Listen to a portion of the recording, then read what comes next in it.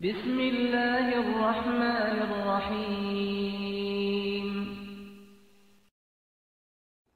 هذه امرأة ممرضة متقاعدة عمرها 93 سنة في فرنسا، على عكاز، ساكنة لوحدها في عمارة على عادة الغربيين، ما أحد يسأل عن أمه ولا عن أهله.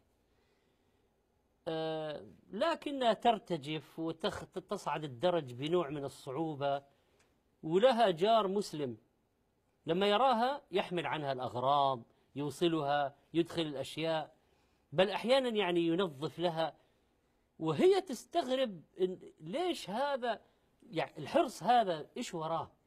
فمرة سألته قالت له: أنت في أحد يعطيك أجرة على هذا العمل؟ قال: نعم. فسكتت، ظنت يعني تمنت أنه يكون ولدها قد استأجره، يعني قال أعطاه مثلا شيء في الشارع، قال: اهتم بأمي. يوم من الأيام لما تفانى في عمل معها قالت: أنت من اللي يعطيك الأجرة؟ قال: الله. فتأثرت. بعدين سألته قالت: ممكن تعرفني هذا اللي يعطيك الأجرة، تعرفني عنه؟ فأعطاها أشياء عن الله ودينه والإسلام. يقول الرجل جابها للمركز الإسلامي وأسلمت. سبحان الله. العصر أسلمت. جاتها وعكة صحية في العشاء وتوفيت.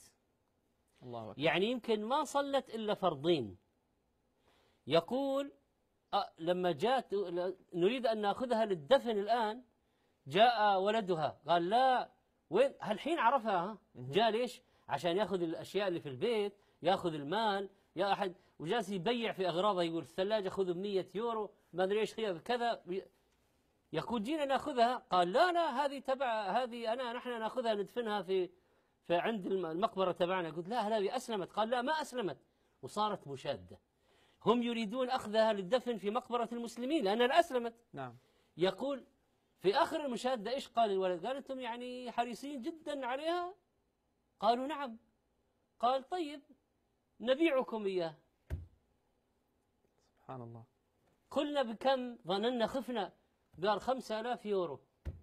ويقولوا رحنا وفورا واجتهدنا وجمعنا من المسلمين 5000 يورو وأعطيناه إياها، وأخذنا أمه وغسلناها وكفناها ودفناها في مقبرة المسلمين. باع أمه ذاك.